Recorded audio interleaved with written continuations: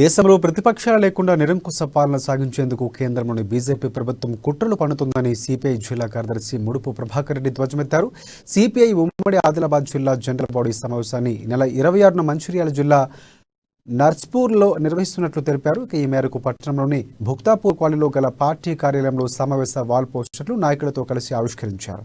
దేశ సంపదను కార్పొరేట్ శక్తులకు దారాదత్తం చేస్తున్నారని మండిపడ్డారు. ఇప్పటికే ప్రభుత్వ రంగ సంస్థలు ప్రైవేటీకరిస్తుందన్నారు. దేశ సంపదనంతా బడాబాబులకు దోచిపెట్టేందుకు జరుగుతున్న ఈ ప్రయత్నాన్ని అడ్డుకోవాల్సిన అవసరం ఉందన్నారు. అటు రాష్ట్ర ప్రభుత్వం ఇచ్చిన హామీలు నెరవేరడం లేదన్నారు.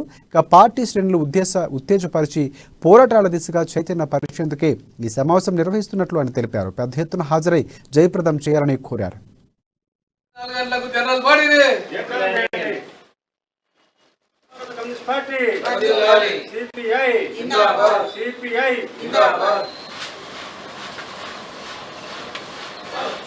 ప్రజా పోరాటాలు రేపు జరగబోయే జనరల్ బాడీ సమావేశం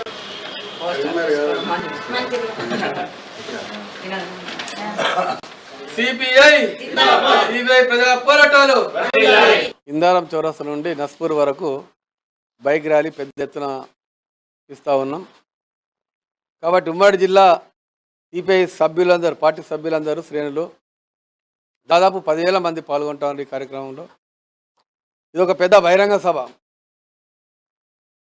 నస్పూర్లో జరిగే మంచిర్యాల జిల్లాలో ఈ బహిరంగ సభకు సిపిఐ జాతీయ నాయకులు కాడ వెంకరెడ్డి గారు, తెలంగాణ రాష్ట్ర కార్యదర్శి కూననేని సాంబశివరావు గారు, అదేవిధంగా కలవెండి శంకర్ గారు, మరి 4 జిల్లాల కార్యదర్శులు, కౌన్సిల్ సభ్యులు, రాష్ట్ర కౌన్సిల్, రాష్ట్ర కార్యదర్శి సభ్యులు, మరి జిల్లా నాయకత్వం యావత్